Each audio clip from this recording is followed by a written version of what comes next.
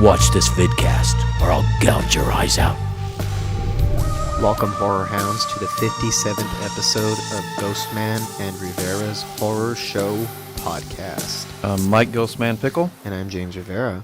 We have a lot of interesting movies to talk about today, but before we can get to that, we have to get to... Horror Show news. Sam Raimi is in talks to direct Doctor Strange in the Multiverse of Madness. Yes. Fiona Dourif cast as Ratwoman in the new adaptation of Stephen King's The Stand. Hollywood icon Kirk Douglas passes away at 103. Netflix's Resident Evil series to enter production this June. Bloody Disgusting to team up with Fangoria and Cinestate for The Sisters of Samhain. And a Don't Breathe sequel, Don't Breathe Again, announced with a new director. Bill Moseley says he wants to play Chop Top again. And the last news story is Blumhouse is working on another adaptation of The Thing. Alright, so this is the most interesting bit of news I think we're going to be starting off with. Sam Raimi is in talks to direct the Doctor Strange in the Multiverse of Madness. The original director, Scott Derrickson, will remain on board as an executive producer. It's not official yet, but it seems to be guaranteed. Raimi would be the biggest and most established director that the MCU has ever hired. This is Raimi's first foray into the superhero subgenre since his massively successful and critically acclaimed Spider-Man trilogy kicked off the modern era of superhero films. And we've been discussing this over the past few weeks, all the ups and downs with Scott Derrickson, and I'd get excited about it, and then I wasn't excited anymore, and I get excited again, and then not excited anymore, and now I'm excited again. This time I think it would be hard for me to reverse my excitement. I find it very interesting because it seemed like they were saying that this wasn't going to be a horror movie after all, and I figured that's why they got rid of Scott Derrickson. Yeah. But then again, and then after that, they bring Sam Raimi, one of the most infamous horror filmmakers of all time. However, I had a second thought about it where I thought, wait, Sam Raimi is done.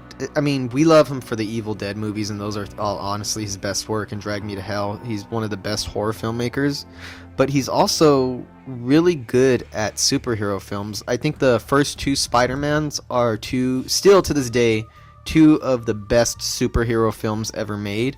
It kind of helped to spawn the superhero genre. Like, I felt like that was the moment that the craze took off, because before you would only see superhero films like once in a while they would come out. Yeah. After Sam Raimi did Spider-Man, it started a trend that has never died since it started. And what's exciting about this is Sam Raimi did such a good job with the Spider-Man films. He doesn't really need to make Doctor Strange in the Multiverse of Madness a horror movie to make it a good movie. We already know he's already proven himself that he's as fantastic as he is as a horror filmmaker. He can do just as good of a job directing superhero stuff. Well, he also showed that he could do a dark superhero film before he even did. Oh yes, Spider-Man. He did Darkman. Darkman, that's very true. So I have no idea what direction this goes in, but I don't know if they're gonna lean into the horror or maybe more of the Spider-Man-esque things. But regardless, I'm looking forward to it now. However it shapes out, horror or not, Sam Raimi, it's nice to see Sam Raimi do back in the director's chair doing a superhero film, and he's already, like I said, he's already proven himself with the superhero subgenre. I find it interesting. He's going to be doing another Marvel film where Spider-Man exists in that universe. Yeah. So I'm happy to hear this. I'm no longer hopeful that it's going to be. I was only excited about it for a while because I thought for sure it was going to be a horror film, and now with someone like Sam Raimi at the helm. If it has horror elements, great, he can do that. But if it doesn't, it's going to be great too. So this is one director where I'm going to be excited no matter what. I guess this was Marvel's little ace move to get Sam Raimi, because they usually hire new filmmakers to do their things. Not new filmmakers, but more underground filmmakers, or not underground, but indie filmmakers like Taiki Waititi. I always mess up that name. The director of What We Do in the Shadows and the current Jojo Rabbit.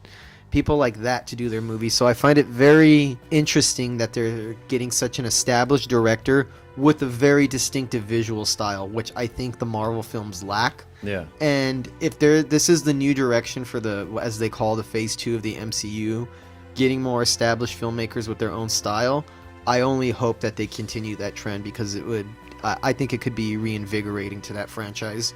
I'm just guessing, but I think it might be a situation where Sam Raimi takes less than he would normally take for a movie like this just so he can have complete control over it. Because I think that has to be a stipulation on this, that he has complete control. I would think so too, because Spider-Man 3, which I don't think is as bad as people make it out to be, but it's definitely not on par with the first two.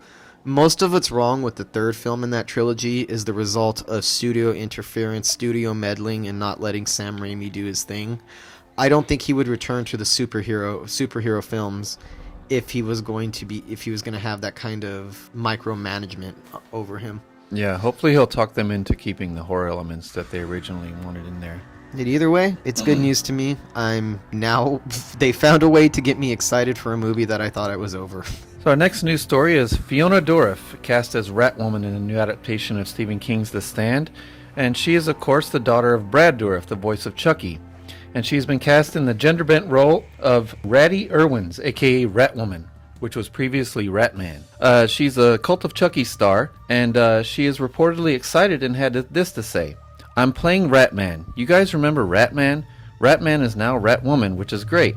I read the book and watched the miniseries. I love The Stand, and this is from epicstream.com. In the book, the Ratman is one of the characters introduced in Las Vegas. He is described as a pirate-like hoodlum and isn't a trustworthy person. Nevertheless, the idea that he, or in this show's case she, will be played by Dourif could give the character more depth. That's cool news. I really like Fiona Dourif. I thought she did a really good job in both Curse of Chucky and Cult of Chucky. And in Cult of Chucky, when she starts imitating her dad, she gets it down really good when she starts imitating the voice and the laugh. Yeah. And the way that she moves around.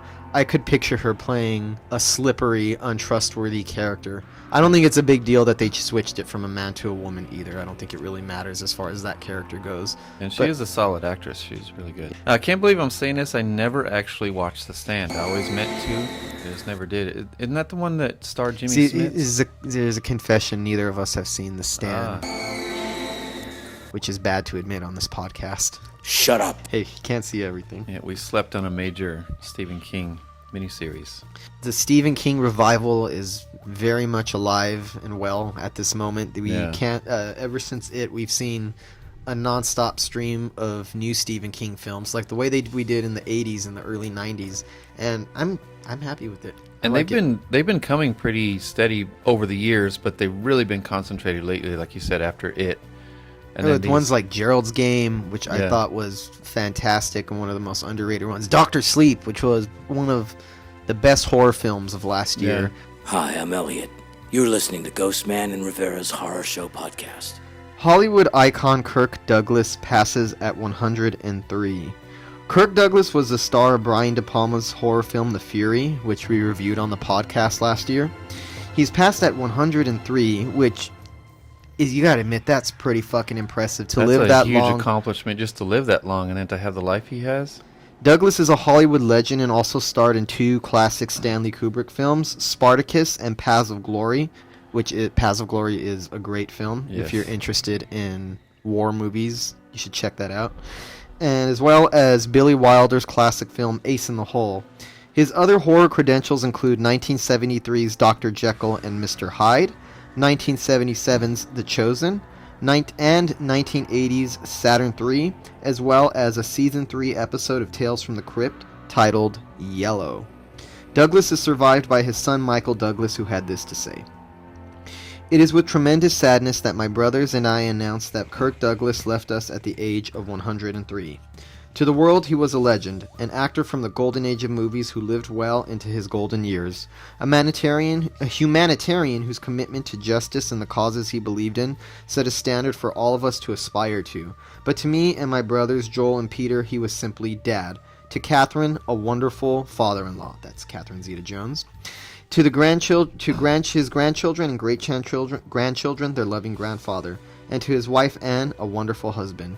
Kirk's life was well lived, and he leaves a legacy in film that will endure for generations to come, and a history as a renowned philanthropist who worked to aid the public and bring peace to the planet.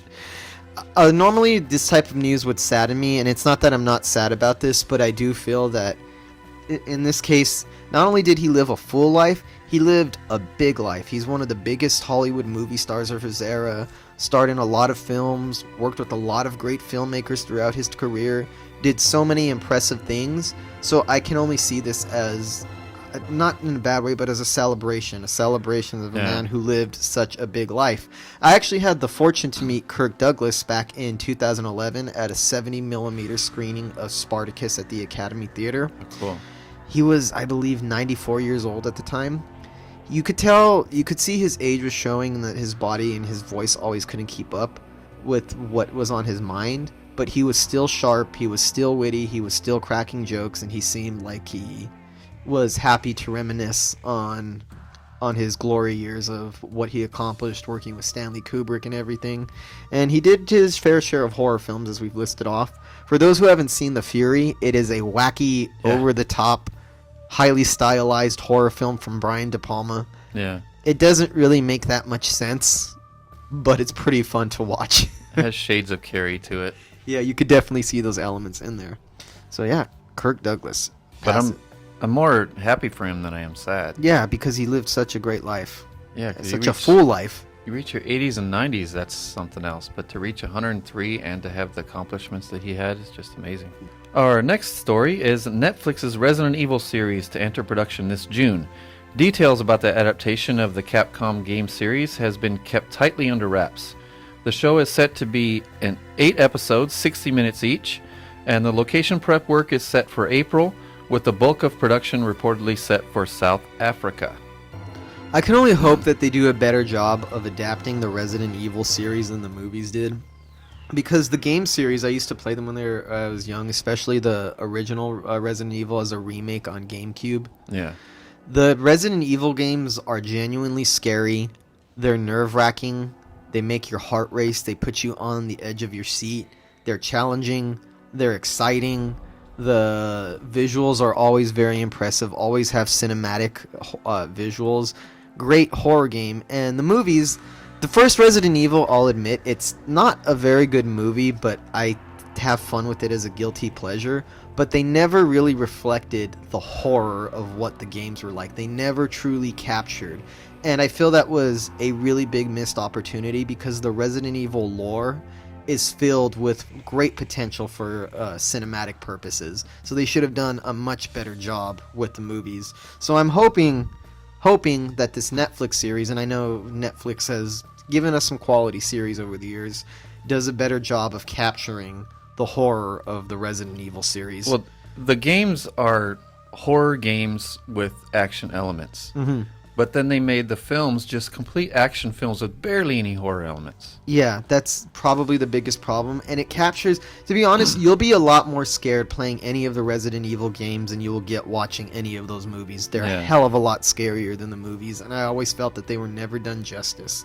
They used elements of the lore, but they never had the haunted house aspect of it with zombies running around. They never really explored what they could have done with that series. So I'm hoping that they do it right this time. Well, I never seen any of the films past part 1 because I never liked part 1 that much. It was way too much action. That's understandable. Overshadowed the horror.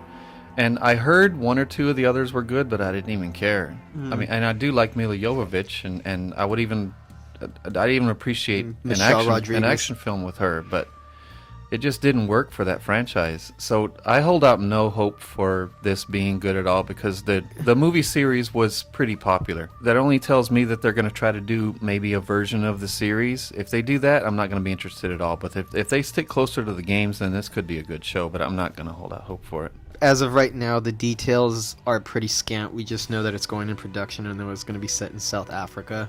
We don't know exactly what the premise is going to follow. Yeah. So stay tuned for that. We'll try to keep you updated on Resident Evil.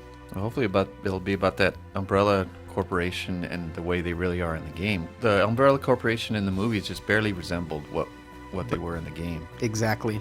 That stuff came up recently where when the coronavirus broke out, it broke out in China right near a huge plant that had the Umbrella logo on it. Oh no. Umbrella's going to be taking over the world. Bloody Disgusting to team up with Fangoria and Cinestate for The Sisters of Samhain. The film is being penned by Ben Collins and Luke Piotrowski. These are the writers responsible for the VHS spin-off, Siren, and Super Dark Times. I really liked Super Dark Times a lot. I thought it was an excellent indie film. Yeah. The film will be directed by Greg Bishop, who directed Siren, The Other Side, and Dance of the Dead.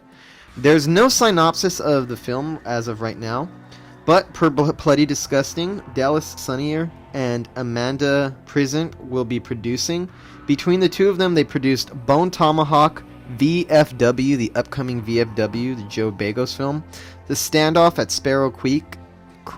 Man, I'm jumbling my words.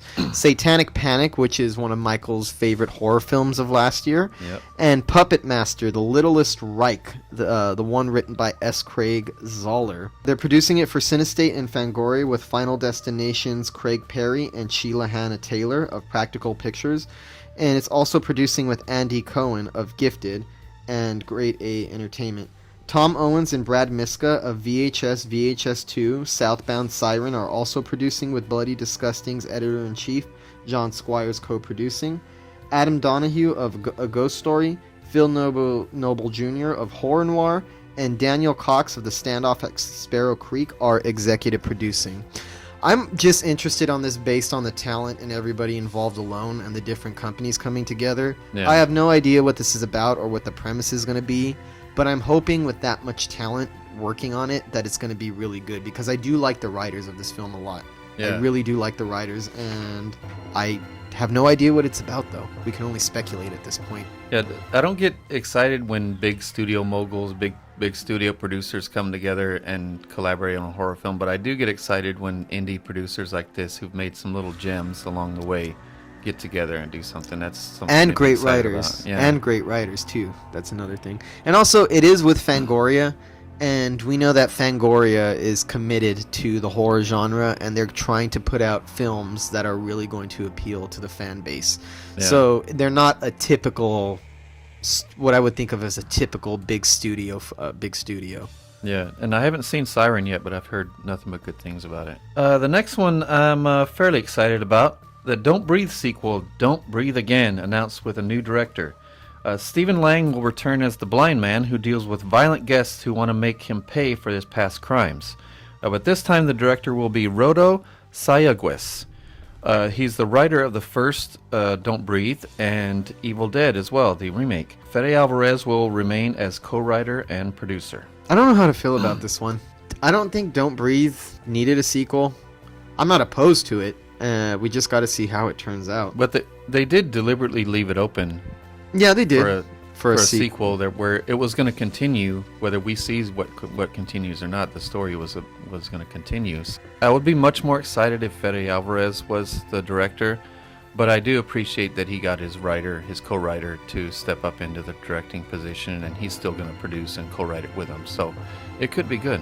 What I like about Fede Alvarez is that he has a certain type of grittiness and grottiness to his filmmaking style. I just hope that the new director, Rodo Sayagues, can capture some of what Fede Alvarez is capable of pulling off. He's halfway there. He's got Stephen Lang, so let's see what he can do. As far as Fede Alvarez goes, I'm kind of glad that he's not directing it, only because I'm looking forward to him doing new horror films and hopefully something new with a different premise or fresh. I hope that's the reason that he decided to shake off the directing duties this time. Listen to this podcast, or I'll stab your eardrums with an ice pick. Here's some news that Michael is going to really love.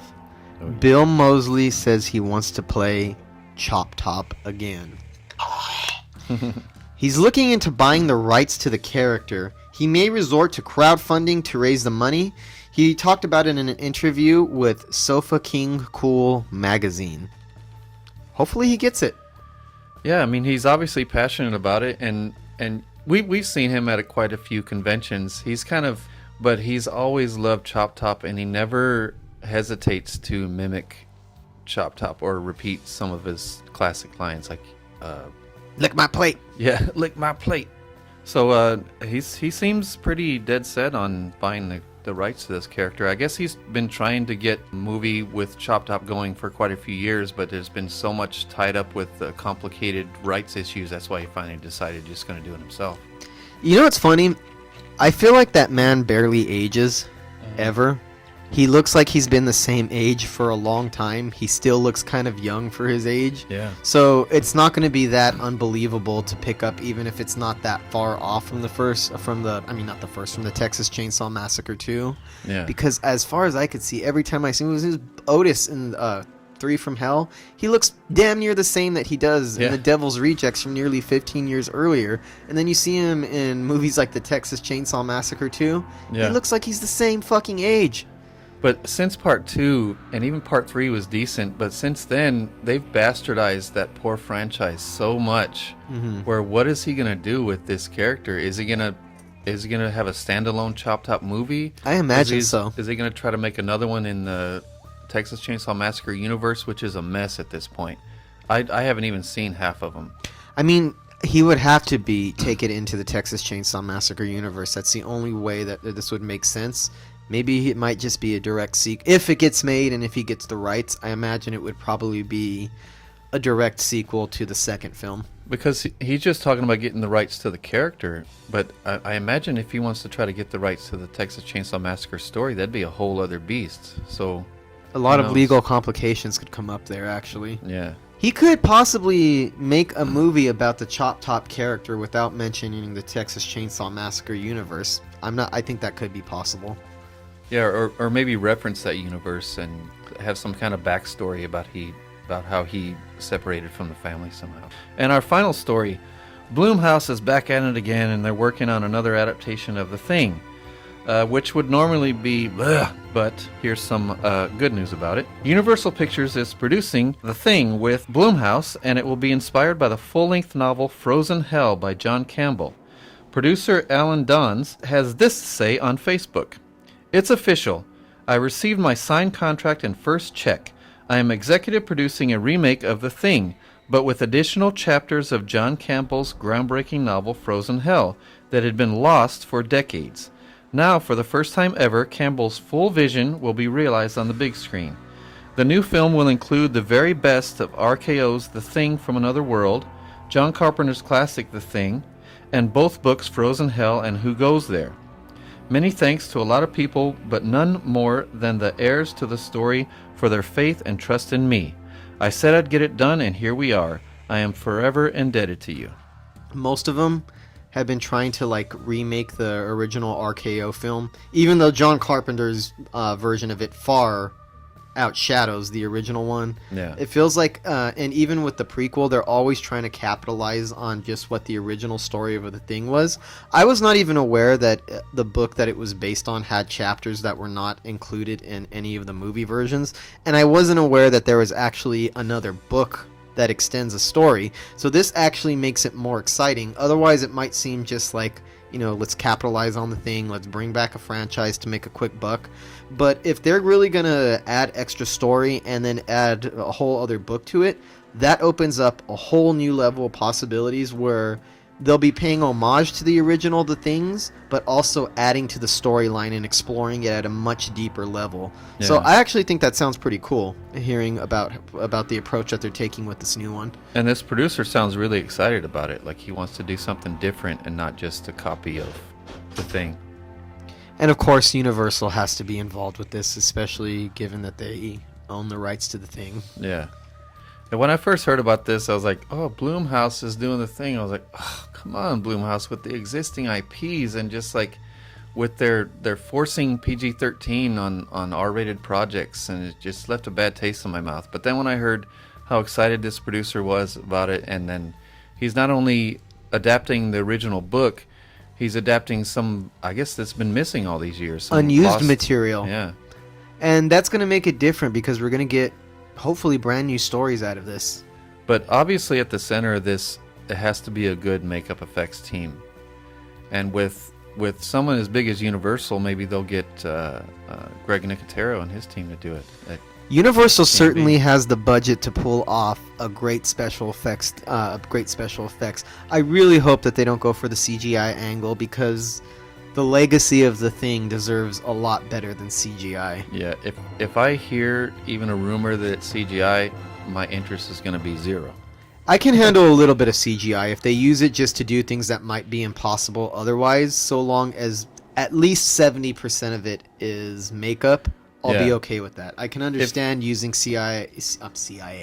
Where's my mind going? Shut your mouth or I'll rip your lips off. You're faced with Rob Bottin's shadow when you approach something like this. I mean, the thing is legendary for its makeup, for Rob Bottin's makeup. Might have the best makeup effects in the history of the horror genre, actually. So they might have to get Tom Savini to team up with Greg Nicotero on this one. Oh, man, I would shit my pants if I heard that Tom Savini and Greg Nicotero are going to be working on this. It's going to fucking kick ass as far as the effects go. Yeah. This producer sounds pretty excited to do this film. It doesn't sound like he's doing it to cash a quick buck. Yeah. So I imagine they'll probably pick somebody good. Yeah, because did you ever see the prequel that came out a while back with Mary Elizabeth Winstead in 2011, I believe? I did.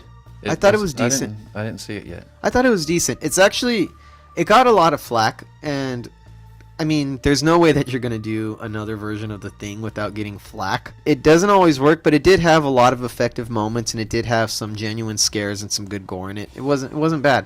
But what was great in the practical effects of the older movies, they wouldn't say oh, let's take it this far and then we can enhance it with CGI. They didn't have that, so they had to make it look as real as possible without having CGI to fall back on at all. At the very least, the description of it and the fact that they're incorporating all this new material makes it seem like it's more worthwhile to visit the Thing than if they had just did a straight up remake. Listen to this podcast, or I'll make your dog eat your wife. So we have a lot of movies to talk about today. Mike and I both saw 5 of the same horror movies. We would have talked to you about many of these last week, but we chose to give you our top 10 horror films of 2019. But before we talk about the 5 films that Mike and I saw, Mike saw another horror film that I did not see that he would like to share with our audience. Yeah, these are mostly remnants of our 2019 watching because we packed a bunch of movies into the last couple weeks before we did our lists.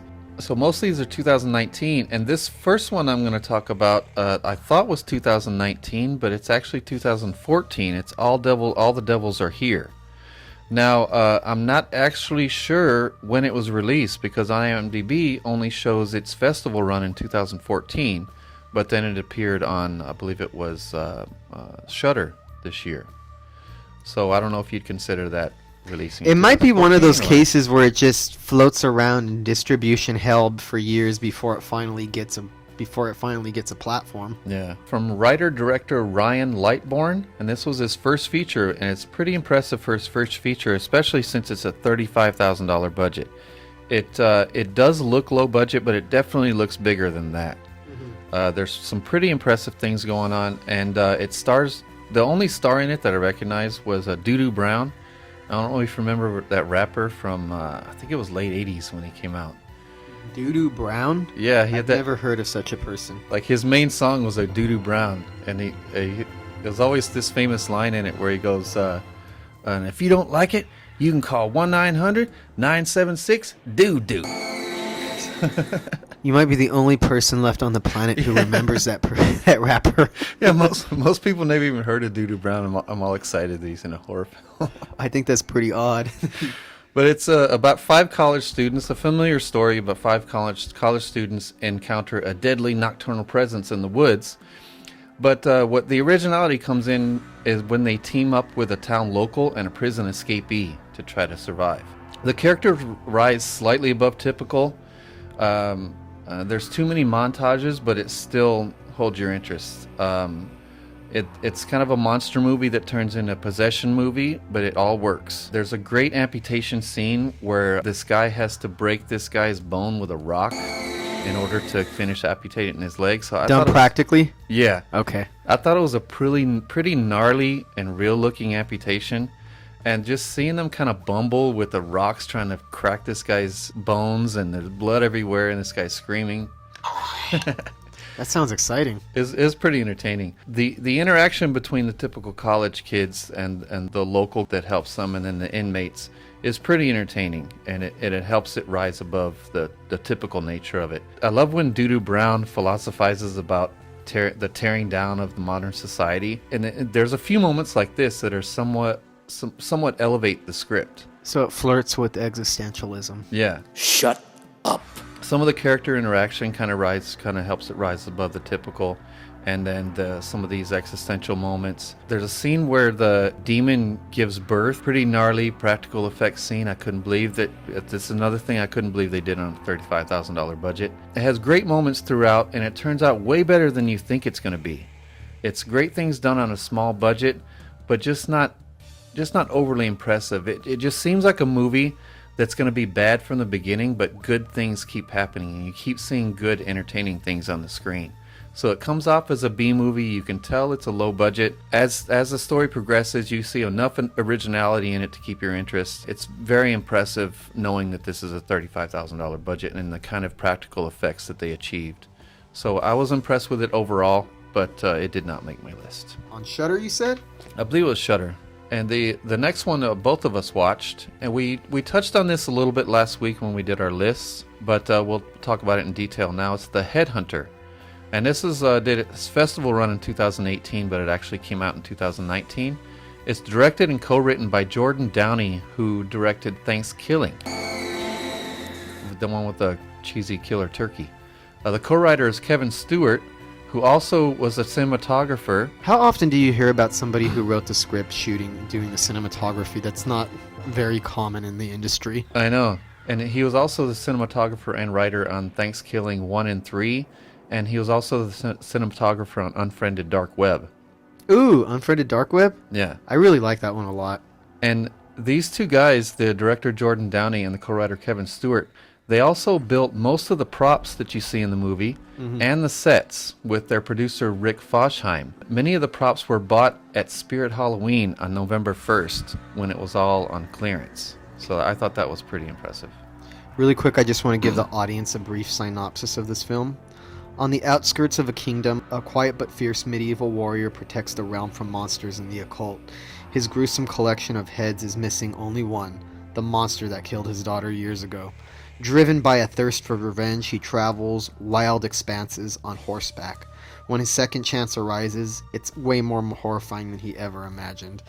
I was really impressed with this movie, especially knowing that it wasn't, like the last film you talked about, it wasn't a very large budget film. It's done at a low scale. Yeah. But it proves why having a good location can add so much production value to your film. Yeah. It's a good feat of ingenuity, because the cabin, from what I understand, is a real cabin that he resides in, correct? Yeah, it's a 200-year-old cabin where they used to turn wheat. They used to process wheat in it.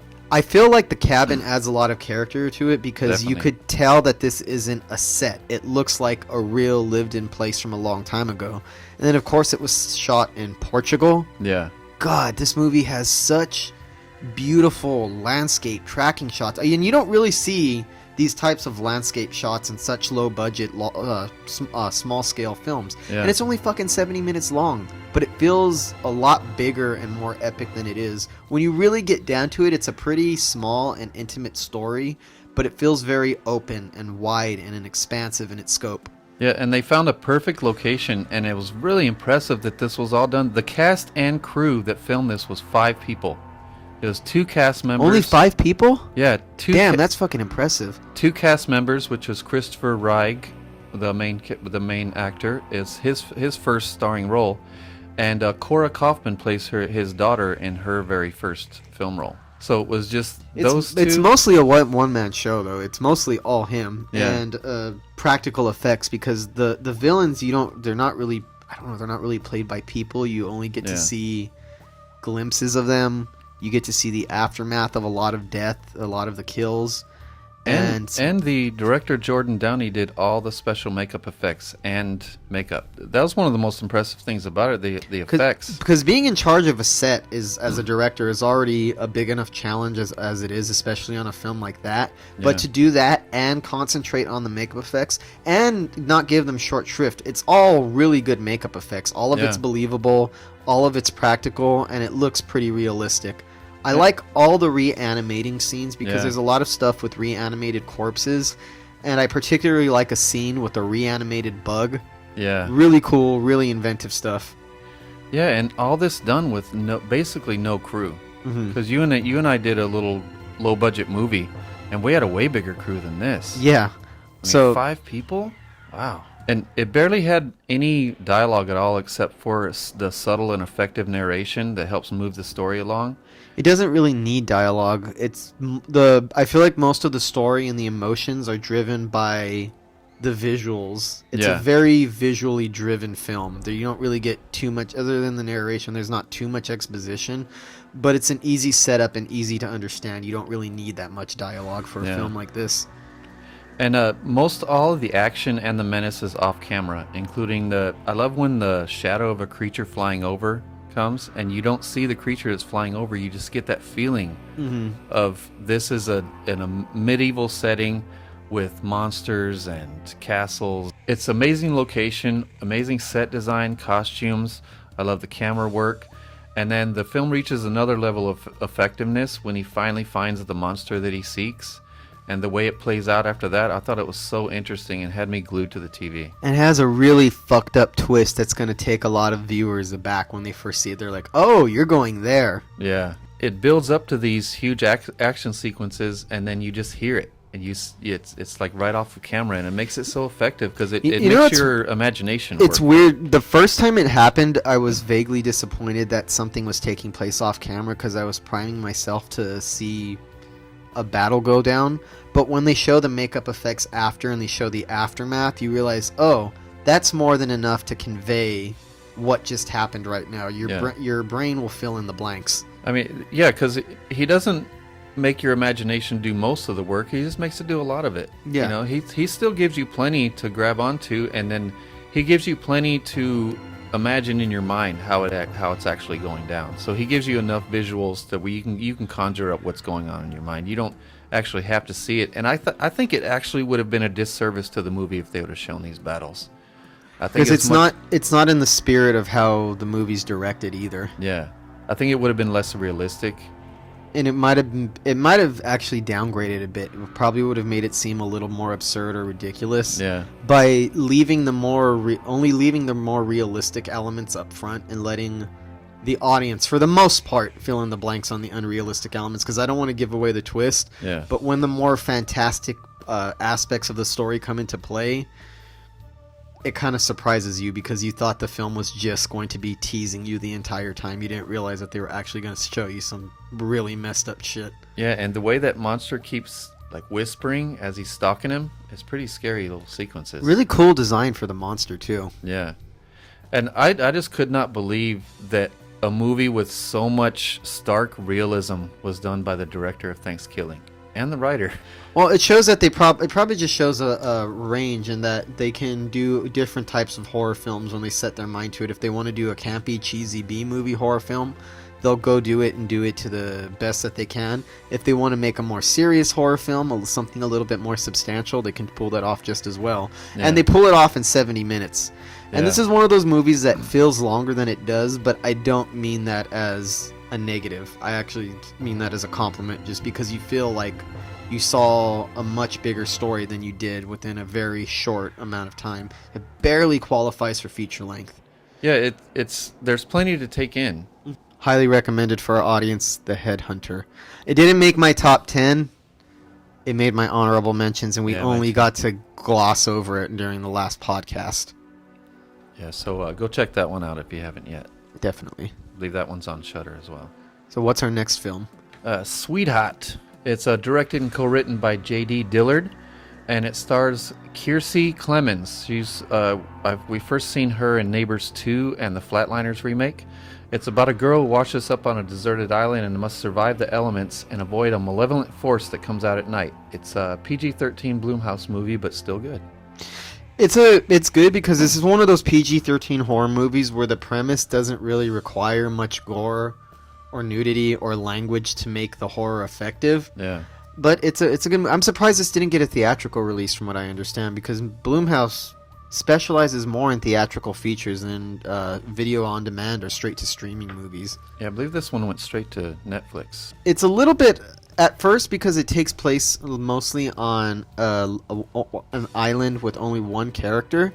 At first, it's very well made, but it's very methodical. For about half of the running time, I was paying attention, I was into it, but I was wondering, I was like, if this only goes in one direction, if this just goes at the same pitch the entire time, I'm probably going to get a little bit tired of it and the effect is going to wear off. Yeah. And just when you think that's what the movie's going to do, it inserts more characters onto the island and the movie becomes much more dynamic once you get the new characters arriving there. Yeah, and the characters are shitty people and they're annoying, but they still bring excitement to the movie. They bring a sense of danger, a sense of tension, because for one, they don't listen to the main character when she tells them that there's a monster on the island that comes out every night. They're very arrogant about it. They treat her like she's wacky and she's out of control. Not only do they don't listen to her, they do things that are deliberately ridiculous that if you thought something were out there on an abandoned island, it would not be smart or wise to do. Yeah, because they show that she has a history of lying and over dramatizing things. So that's kind of understandable that they wouldn't believe her, but some of the stuff is just ridiculous. Like, come on, people, you're not even going to acknowledge that there's something out there? She's like the girl who cried wolf. Yeah. But it starts out as a really good female version of Castaway with Tom Hanks, but then it turns into something else different once the horror elements are inserted. The second half of the movie I enjoy more than the first half, though. It does a good job setting up what the threat is and what you need to be looking out for. It does a lot with one location just taking place on one little island. Yeah. They managed to get a lot of mileage off that little location. Yeah, I love how it builds menace throughout the movie, and then you get these scary little scenes like dead fish and a mutilated shark washing up on the shore, and like half-eaten bodies, and you're like... mangled bodies. And then there's these great little scary scenes of something crawling out of the water, and you can't quite tell what it is, but I love the way they filmed it. It really gets under your skin when those things crawl out of the water. This one, like Headhunter, is another film that teases the audience and tugs at the imagination a bit. Though, at a certain point, when this film decides to reveal its cards, it shows a lot more than Headhunter does. Yeah. And that's probably because it's a Blumhouse production, and of course, they're going to have a bigger budget to show a little bit more. And I like how the mellow kind of synth score permeates underneath through the whole thing, kind of setting the mood for it. What I found strange about the score is that it's vaguely retro 80s horror score. Yeah. And that seems to be really in fashion these days, to have like a synthy retro score. It doesn't really fit the aesthetic of the movie, but for some reason it still works. It doesn't intrude. It adds to the film. And I thought that having a retro score in a film that is so obviously modern and slick would do something to undermine it, but it doesn't. The score is kind of understated through most of the thing. It doesn't ever get big like a lot of these synth scores that you hear. It stays subtle and it stays underneath the action and underneath the drama. It doesn't call attention to itself a whole lot. It does a few times, not a whole lot. There's a lot measured. There's a lot of subtleties in here. And there's a subtle build-up and a subtle building of menace. But then after all that, you get this fucking amazing underwater fight, and then a really great final fight. I love final fights in a movie. I love when they're done really well, and I thought it was done really well here. And all the action was pretty impressive. It comes as a surprise when some of the action hits, because it doesn't hint that it's going to be that type of horror film. Yeah, exactly. And it kind of throws you into the water, so to speak. Yeah. And I agree with you. My favorite part, though, is the underwater scene. It had me tense and on edge, and if for nothing else, the movie would be worth it just for that underwater sequence alone when they're trying to escape the island. Yeah. Really effective stuff right there. And really good underwater camera work. And I always have to give up to any actors who would spend such an extended time underwater acting, because that cannot be a pleasant experience to do, or if you have to shoot it over and over again. So another one, really good, solid film, just not enough to make it in my top 10. I believe this was part of my honorable mentions as well. Listen to this podcast, or I'll gut you. And the next one we watched was Rattlesnake. This one was written and directed by Zach Hilditch, who directed 1922, the Stephen King film from a couple of years ago, which was really good. I love 1922. It's much better than this movie. Yeah, it was, I agree. But this one's a Netflix original about a single mother traveling through the New Mexico desert with her daughter. Her daughter's bitten by a rattlesnake and saved by this weird lady living in a random trailer on the side of the road. And this turns out to be a deal with the devil, and she must kill someone or her daughter will die. I really was loving this movie for most of its running time. It's my biggest confession. Yeah. I was so impressed with it. I thought the premise was original. I thought there was a lot of tension. I thought it was eerie. There's no doubt that this director is talented as fuck. He knows how to make a good horror film. Yeah. There's no problems I have as far as the direction and the performances of the movie. And the first hour of it is solid. Yeah. All gold as far as I'm concerned in the first hour. So many creepy sequences, a couple of things that actually gave me goosebumps, stuff that like really creeped me out. So a lot of effective filmmaking here, such an original premise, and then the last 20 minutes shows up and it's a big decline from there. It's not terrible. There's still some good moments within the last 20 minutes, but the script starts to stretch levels of credibility. It becomes really frustrating and drawn out.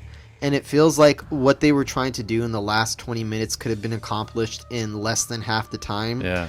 The decisions by the main characters start to become frustrating, that they almost seem like, it almost seems like a parody of a horror movie after a certain point. Why are you doing this? You're so stupid. The point where you're yelling at the character, but the mistakes are so that she makes are so profoundly foolish and so dumb that they start to become irritating after a while, and you start to be like, oh, come on, stop dragging your feet. Yeah. Moments that should be really, really tense start to get drawn out to the point that they become kind of comical. Yeah. Where it almost loses a lot of it for me. And that is a damn shame, because if the movie had kept on the same trajectory it did for the first hour, it could have made my top 10 or have been close to my top 10 or would have been just outside of it. Because I feel like the last 20 minutes just squanders so much goodwill and so much great stuff that was going on before it. So by no means this is a bad film. I would still recommend this movie to horror fans just because the first hour is so damn good that it's hard to scare people away from it. Yeah, the build-up is so good. That's what makes it painfully aware that the last act is just not there. Not up to snuff. It gives you so much promise of what's to come, and it just doesn't deliver. And I understand when a main character is thrown into a situation like this. I can understand how at first they're indecisive and nervous, but this character remained indecisive, nervous, and weak for the entire runtime, and she makes way too many dumb decisions. Weak in a way that's hard to root for. I understand we can have there's nothing wrong with a weak protagonist, and we've all seen that before, where you start to root for them to overcome and find their inner strength. This character just seems to make the most unbelievably dumb decisions you could think of given the circumstances that she's in. And you and I both watched it with our friend Julian Bastida of Nyctophile, a friend to the podcast. Yeah. We were all screaming at the screen by the last 20 minutes, so that your wife had to come and go, what's going on? Are you guys okay? Or like, this fucking movie is driving us up the wall. But some of those scenes of this mom trying to save her daughter, so she's prowling around a hospital trying to find someone to kill. Those are really good. It's very exciting and very suspenseful, and then she gets there and doesn't do anything. And then she keeps doing it again. See, the first time she doesn't do anything, it was frustrating, but frustrating in the right way. Frustrating, but understandable. In a way that it should be. So I got it. But when she kept doing the same thing, I was like, come on, this is getting on repeat, and they start stretching it out. That's when it started to lose my interest. There's a lot of really good horror sequences in here. A lot of stuff that's genuinely chilling, really creepy. Some stuff that gets under your skin. Yeah. Especially the stuff with the little kid. Yeah. One of my favorite, I'm not going to ruin what happens, but one of my favorite moments in the movie involves a little kid on the bike. Oh, yeah. Creepy as hell, and it actually made me jump back a little bit and gave me some goosebumps. I like some of the effects. Some of the effects were pretty well done. Mm-hmm. And I like a lot of the dream sequences. Are really good. Especially in the first two acts. Yes. I mean, even they kind of get old toward the end, but a lot of this movie was so good, and that's what makes it, the last part of it, so bad. I'd say it's 75% of an excellent movie. Yeah. That's how I would describe it. So this writer-director definitely has some promise. Oh yeah, definitely. It doesn't change my view of the director, because it's not terrible. I don't want to mislead the audience and make it seem like it turns into a shitty film at the end. It doesn't, so don't get the wrong impression.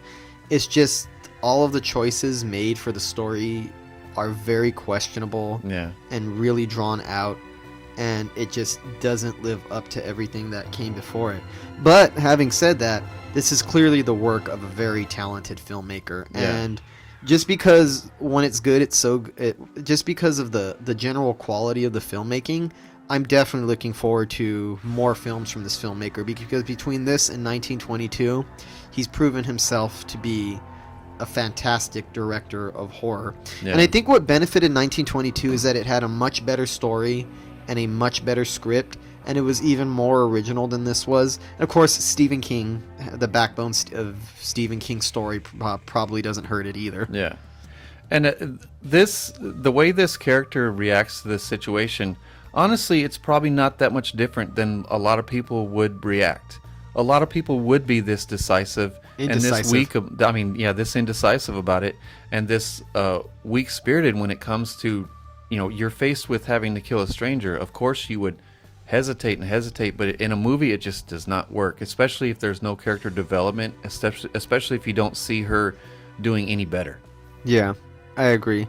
Although, even though I'm not a fan of the last 20 minutes, it does have a couple of very effective moments. Ones that I don't want to ruin for the audience, because you deserve to see the twist for yourself. Yeah. But there is some good stuff amidst the frustration in there. Yeah, definitely. This is one that I'd say overall it's a recommendation because it's so well made that I think you can't ignore it, but it has some severe issues. Yeah, a lot of it is exciting, but that excitement turns to frustration. The next one we both watched was Assimilate. This one is directed and co-written by John Merlowski. He did quite a few films, including Freeway Killer in 2010, but he's really done nothing else that I've really seen. It's about three friends who are making a web series about their town and discover that the locals are being killed and replaced by evil clones. It seemed a bit derivative, but there was some really cool moments in it. Right away, it seems like we're dropped in the middle of a story. Mm-hmm. You know what I mean? It doesn't feel very well developed from the time it opens. And it has some cool moments, like the alien things, like the particles floating through the air and infecting the town. I have a lot of issues with this movie, because on the one hand, the first half of the movie is actually kind of decent and intriguing, despite some issues. But the second half, for me anyway, is so predictable, so typical, so painfully mediocre and cliche that you could just see everything coming. You feel like we've seen this millions of times before. It doesn't do enough with the repetitive premise for me to justify a recommendation for this movie. I guess it's more consistent than Rattlesnake, but Rattlesnake has a lot more exciting stuff going for it. Yeah, in my view. Yeah, this never completely shits the bed like the Rattlesnake did at the end. But that's because it doesn't have much to rise to. Yeah. The reason Rattlesnake shits the bed is because it has a fantastic first hour. Yeah. This doesn't shit the bed because it doesn't have nearly the same level of quality in it as Rattlesnake does. Yeah. And how frustrating was that cop character? Really frustrating, annoyingly frustrating. Yeah, where he doesn't believe these kids no matter what, and it's understandable at first that he wouldn't believe them, but he keeps seeing evidence after evidence after evidence, and he still just acts like an asshole toward these kids, and he doesn't. And that felt anything. Predictable or cliche. I feel like we've seen that done before. We've seen it done so many times that if you're going to do that, you need to do something a little bit different with it. Yeah. The ending really didn't shock me. I could tell that they were going for a shocking ending that's meant to throw the audience off, but really, I mean, you could have seen that coming from a mile away. Yeah, and they keep going back to the well of them capturing evidence on video, and then they kept showing it to people, and then no one believes them, and they just kept sequence after sequence, them showing it to a different person, sitting there waiting for them to see it, and then the person just pass it off as nothing. I mean, it's for a reason, but it doesn't make it any less dumb when you're watching it. Yeah, because they play up on the concept of you can't believe anything that you see on the internet nowadays because everything can be faked. Yeah. But these don't seem like the kind of people who could fake something like this. Also, the dialogue between the kids has way too much exposition. It's a little clunky. Their dialogue they're supposed to be dialogue back and forth, but it's actually just characters explaining to us what's going on in the story when we already know. Mm-hmm. They're explaining. It feels like they felt a need to explain what's already pretty obvious to the audience if you've been paying attention to the movie. Yeah. And there were some good things going for it, like some pretty freaky scenes, including a guy finding his disembodied wife in a hamper. That was actually that was one of the best parts of the movie. Yeah, and then genuinely, it shocked. You know why that scene shocked me and made me jump a little bit? Because I didn't expect anything that effective to come out of this movie. That's why it shocked me.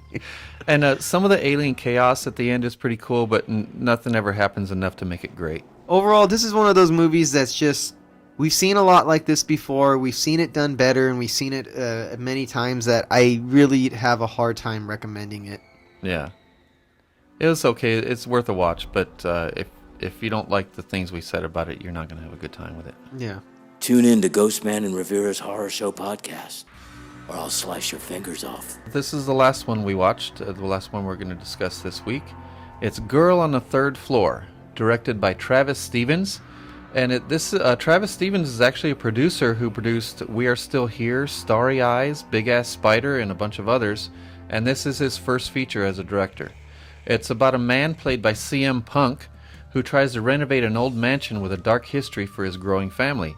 But the house and the mysterious girl that keeps showing up have other plans. This actually almost made my honorable mentions, but wasn't good enough to make my honorable mentions. But I overall found this to be an enjoyable and engaging experience. Another one with some subtle drama and a lot of nuances added to it. It's a slow burn that's done really well that keeps you engaged through the whole thing. Yeah, it's a slow burn, but it's never boring, and it does just enough to keep your attention through the entire film. I think CM Punk did a good job leading the movie. Yes, he was my biggest surprise. He carried that film really well. He plays a very good and believable version of a type of person that we all know, somebody who means to do well a lot of the time and might have good intentions, but because of their weak will and occasional spinelessness, they can't help themselves from fucking up and doing really stupid things.